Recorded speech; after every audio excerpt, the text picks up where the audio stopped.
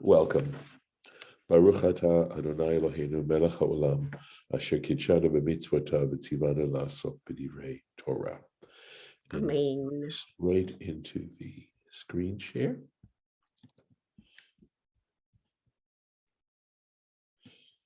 And we are in the Parsha of Shlach Lecha. So I've mentioned before that Bahalotcha, the previous Parsha, can be divided into essentially two parts with a couple of sentences in between that are bracketed off actually in the Torah with upside down nuns.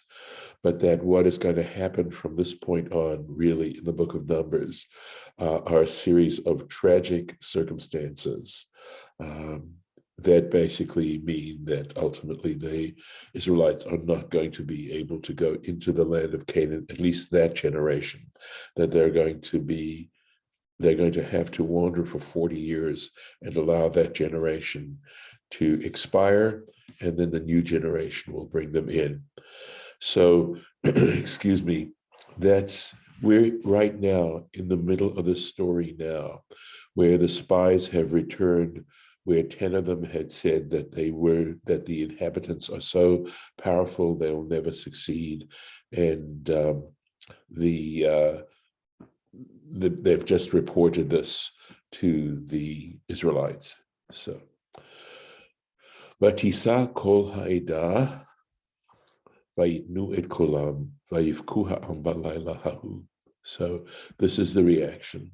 So essentially, the entire community, kol ha'edah, the entire community, raised tisa, to raise, vayitnu et kolam.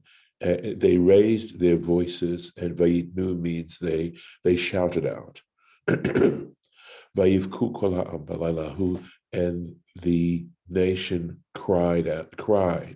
They wept on that night. They wept that night. So Rashi on the Aleph, just on one verse here, Kol Ha'edah. So it says the entire congregation. Rashi tells us that that is not actually to be taken literally as the entire community. We're talking about the heads of the entire community, and he says Sanhedraot. So it would appear that Rashi means by that the leaders, essentially the leaders of the community, were reacting this way. Vayilonu al Moshe al Aharon kol bnei Israel. And of course here now we have all the children of Israel. Different expression from Vayivku, where it said, kol ha'edah, right, as opposed to Bnei Israel, which is why I suspect Rashi explains it, and I believe he'd be basing it on the Sifrei. So, Vayilonu al Moshe, and they murmured against Moses and Aaron, kol bnei Israel, the entire people. So I guess the popularity had plummeted, right? They all murmured against it. The Aramaic translation is va'it which would mean to make a commotion, but it also has the idea of murmuring against. Vayimru aleihem kol ha'edah. And again, now we've got this kol ha'edah phrase. So we understand it, I believe, as the leaders, right? Lu matnu be'eretz Mitzrayim. And here now they say something that is going to really count against them terribly. So it says, would that we had died in the land of Egypt, or bamidbar hazeh, or in this wilderness, lu matnu, would that we had died. So here we have, they're speaking against themselves emotionally. They're complaining. They're frightened, and now they are dead against the whole enterprise, reacting emotionally. Lu matnu. So just simply lu, were it be. So halavai umatnu. So Rashi just takes the lu as a conditional statement, and to make it clear, to clarify it as saying, were it be the case that we had died, had we not died, or it would have been had we died. Velama, going on. Velama Hashem meviotana. Now they're speaking with regards to God, right? And why did Hashem meviotanu bring us el haaretz hazot to this land? Speaking, of course, about the land of Canaan, linpol bacherev, to fall by the sword. Nashenu v'tapenu, our wives and our children, Yihu lavaz, they will become a prey. And lavaz can also mean to loot, right? Halot tov lanu shuv Mitzrayim. It would be, would it not be better for us or good for us to go back to the land of Egypt? By the way, there is a special time, this particular note is called a merchak fula, I believe, and there's a special way in which it is sung. I don't know if any of you know how it is. I personally, right now, do not remember. It's such a rare trope sound. So again, the tropes themselves are an interpretation of the words, and of course, here they're being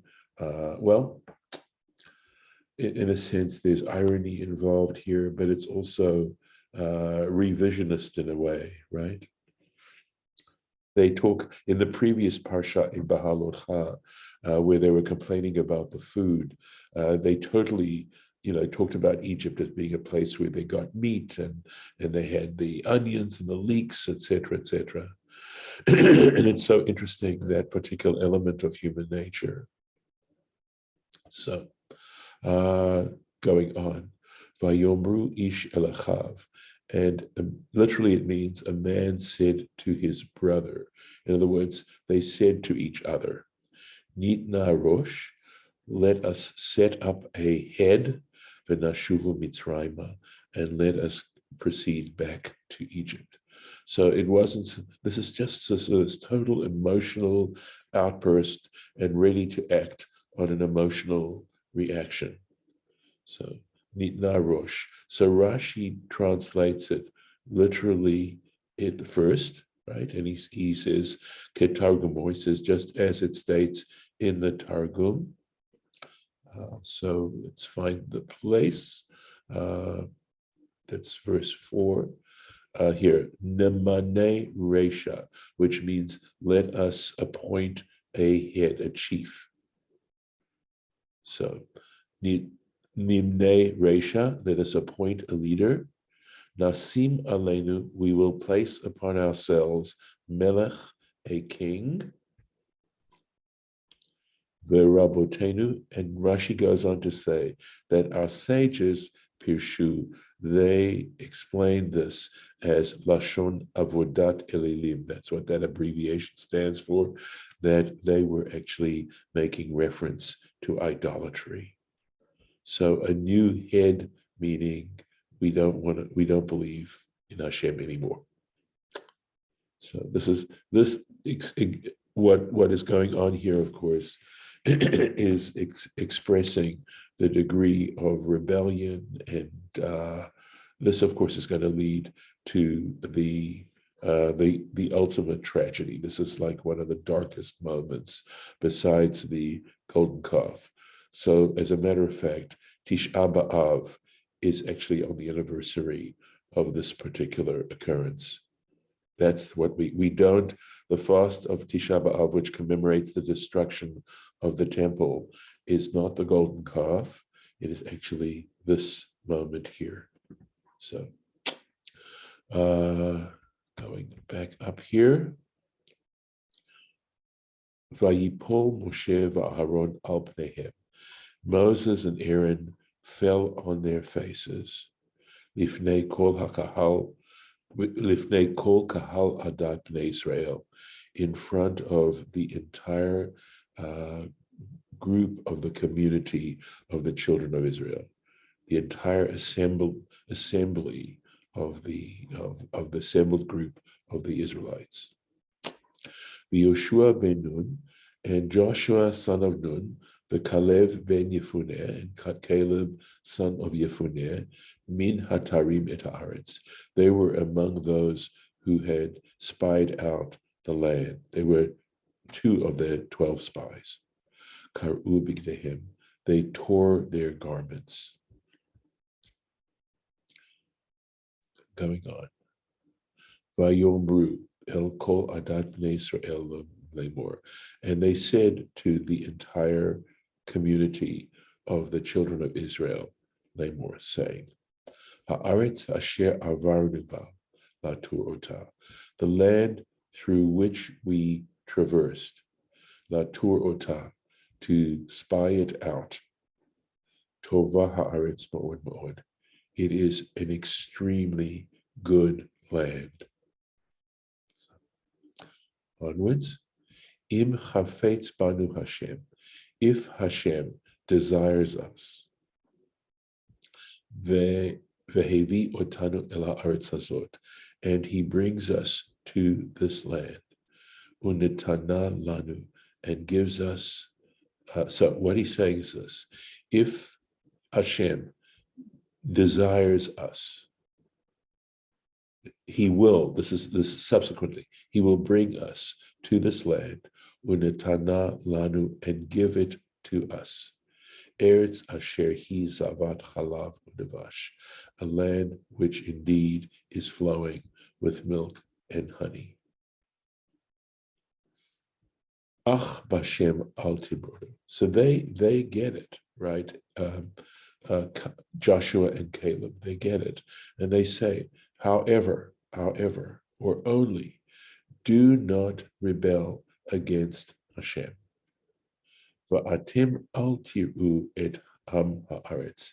And as for yourselves, don't be afraid of the people of the land.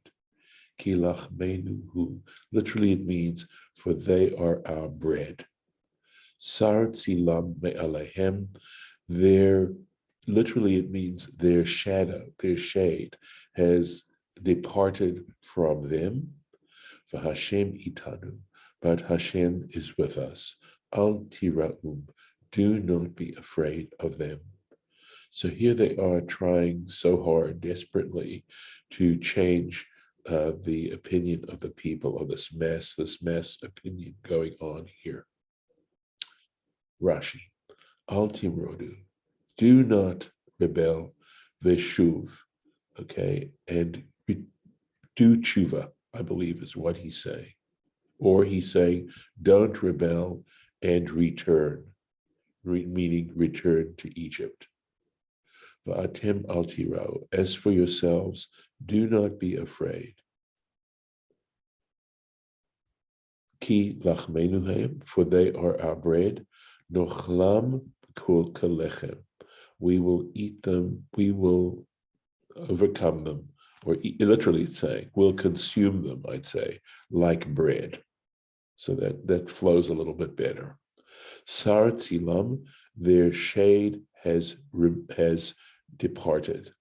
So it says maginam, their shield, vecheskam, and their strength. So he explains that this is what's departed by tzilam, their shade, right? Something that protected them. Sherim Shabahim, and what this refers to is the worthy people that they had, that the people they're going to have to confront in the land of Canaan, that the worthy people amongst them metu, they have died. In other words, they no longer have people who are righteous who would protect them. Eov, referring to Job, Shahaya Magin Alehem, who would protect them, he'd protect them. So this is from the Talmud in Sota 38, and he says, Davar Acher, another interpretation, Tzilo Shel Hamakom, Sar Me Alehem. So referring to their shadow, or their shade, it's saying the shade of the Holy One, of Hamakom, meaning God, Sar Me Alehem, has departed from them. Which is, in other words, the idea of the word shade is connoting protection. So basically saying God is no longer protecting them. And so this goes into a whole idea of the degree to which we are protected by God on all kinds of levels. And also, of course, the fact that when people act righteously, it just makes it a lot easier, you might say, for God to protect us. So it's a way of understanding the basics of society and the foundations of society by how we behave. Onwards. Oops, sorry. See if I can do this. Okay, now I've lost it entirely. And I have no idea what just happened there. Okay. Technical difficulties, what can I tell you? Okay. Trying to make it a little bit. Aren't we at 10 anyway? Yeah. I don't know if you could see, if what's happening, if you see what's happening with me. It just got bigger. Correct. And I was trying to get it back to a reasonable size. Okay. That's what happened, and I was struggling to do that. All right. Onwards. Okay. So we just, yes. But you haven't lost your place. You're right there. No, so, yeah. correct. I had for a moment another page had shown up, but we just finished it. We just finished it. Vayomru kol ha'edah. So it's interesting because here the word vayomru doesn't mean to say. It means they intended, they attempted. The entire community, lirgom otam ba'avanim, they attempted to stone them with stones. They were so angry at this time, and so you can see that there's desperation taking over them at this point. Uchvod Hashem nir'ah ba'ohel moed, and the presence, kvod of course means the glory, but what it's a reference to is a way of describing God's presence. Nir'ah appeared, but Ohel Moed at the tent of meeting, El Kol B'nai Israel, to all the children of Israel. So everyone now could see or sense the divine presence there in the tent. So to stone them, Gomotam. It Yoshua Kalev. Who is the them? Referring to Joshua and Caleb. Remember, because they were the two spies. 10 of the spies had said they would never make it, that it was a hopeless situation. And Joshua and Caleb, of course, had just spoken and said, no, that's not the case. Kvod Hashem, the glory of Hashem. So explaining what happened, Ha'anan Yarad Sham, the cloud descended there. So Rashi on the Sifrei trying to give us a picture of what happened. Let's see if there's any more now. So go on. Vayomer Hashem el Moshe. So again, because this is an act of rebellion against God, we're going to have another situation where God is ready to, as the Torah describes it, is ready to get rid of the entire group. Vayomer Hashem el Moshe. So Hashem said to Moses, Ad ana yina'atsuni ha'am hazeh.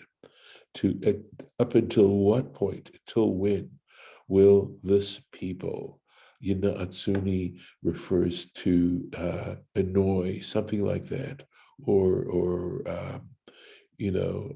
reject me, things like that. Provoke. There we go. I'm going to pop that in there. Up to what point are the people going to? Is this people going to provoke me?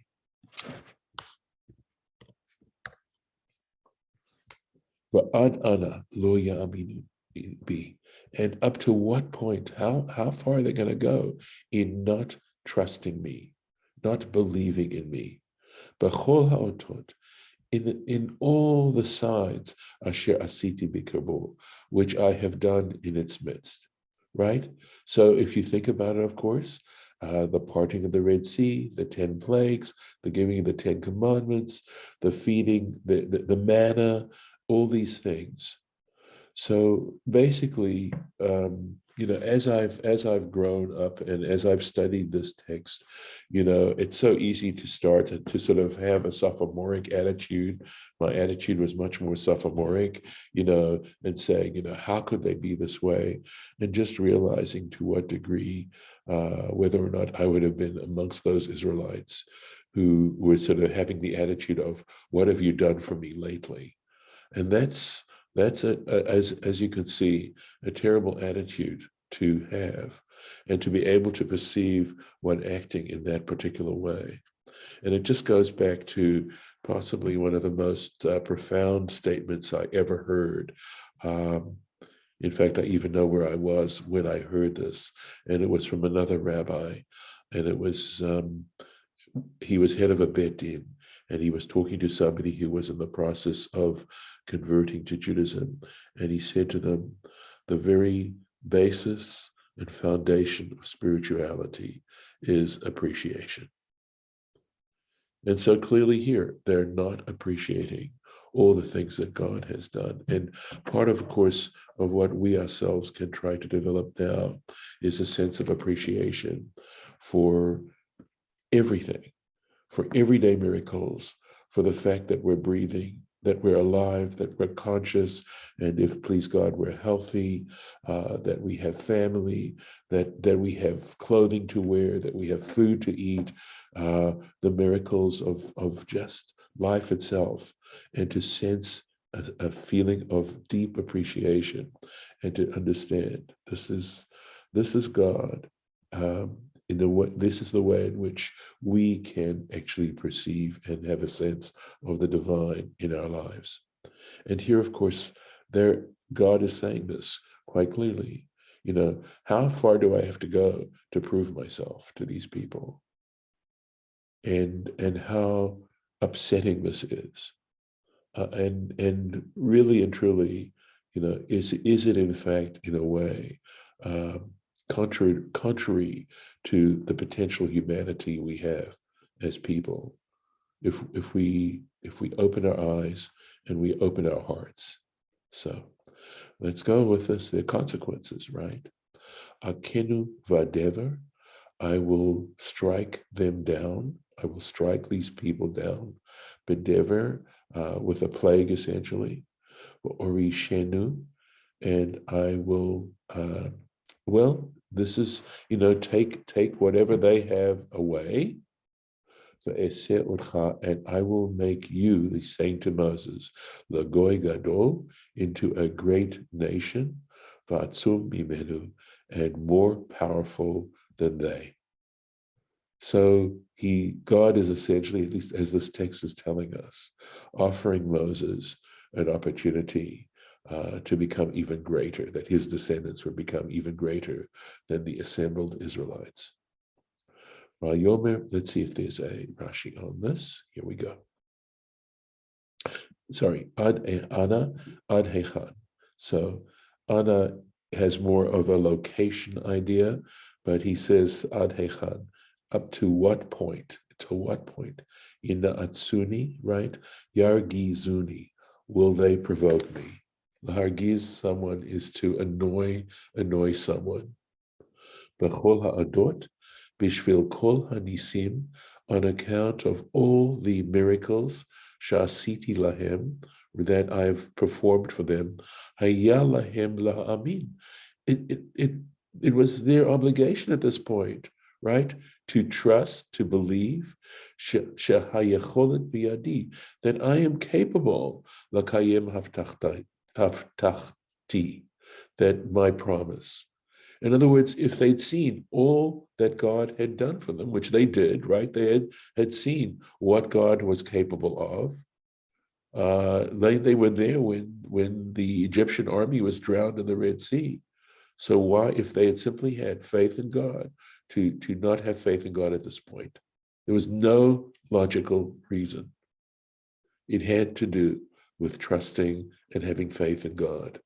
So in a sense, this narrative is trying to address that particular issue for us.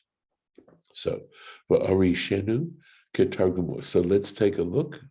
So let's take a look at Orishenu, at what they say. here in verse 12. Let's go up here. So Ashet Nun. Okay, so he says, let's see this. So the Aramaic is already, what exactly? Chinun means to like blot them out, I would say, with death, b'mota, for Ashet Nun. So let's see how Rashi explains that, right? Lashon Truchim. He says it's a language, Truchim would be like divorce, right? Separating off, cutting off. Ve'im tomar, okay, and if you say, ma e'ese l'shvuat avot, and so and it's as if God is arguing and saying, and should you argue, right, that what can I do then to the promise, the oath that I made to the patriarchs? In other words, God had made this oath to the patriarchs, and if in fact he destroys the nation now, it's going to be as if he's going back on the oath he made. So that's the reason how God is going to still fulfill that oath, because he's going to make Moses into a great nation. She'atam mizaram, because you are from the seed, understood, of the patriarchs. So the Midbar Rabbah, a midrash on the book of Numbers, is linking the whole course of this argument and this discussion that God is having with Moses. Let's take one more verse. Vayomer Moshe el Hashem. So what's Moses' response at this point?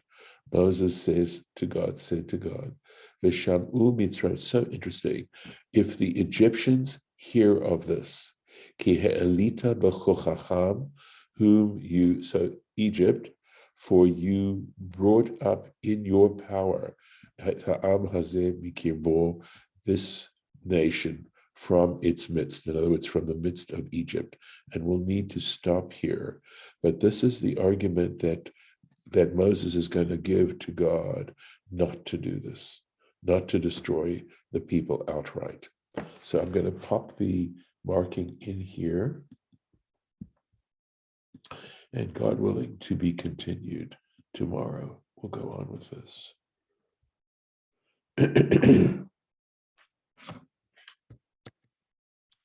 So I'm going to stop the share. And we'll hold up here and continue, God willing, tomorrow.